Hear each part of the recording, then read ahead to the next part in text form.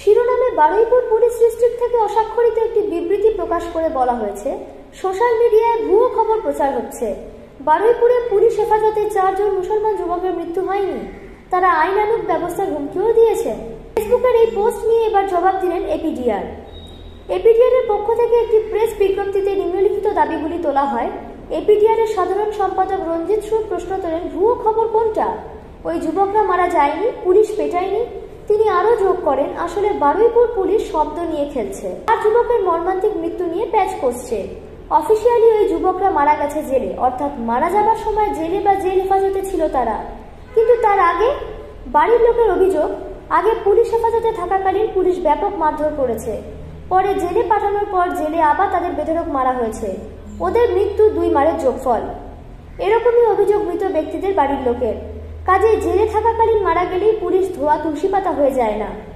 এপিডিআর-এর press বিবৃতিতে আরও যোগ করেন, মাত্র 7 দিনের মধ্যে 4 জন মুসলমান যুবকের অস্বাভাবিক মৃত্যু হলো একই জেলে, একই ধরনের মামলায় সন্দেহজনক ডাকাতি। তার জবাব দেবে না। তাদের দাবি, এই ঘটনার বিচার বিভাগীয় তদন্ত করা হোক। তাই করা হোক না কেন? মানুষ জানুক কোনটা ভুয়ো খবর। চাপ দিয়ে ছবি ডিলিট করে খবরটা আটকাতে পেরেছিলেন সাময়িক, এখন বেরিয়ে গেছে। তাই শব্দ নিয়ে খেলে ধোঁয়াশা তৈরি করে পার পেতে চাইছেন। এত কথার দরকার নেই। বিচার বিভাগীয় তদন্ত হোক, সত্য প্রকাশিত হোক, দোষী শাস্তি পাক।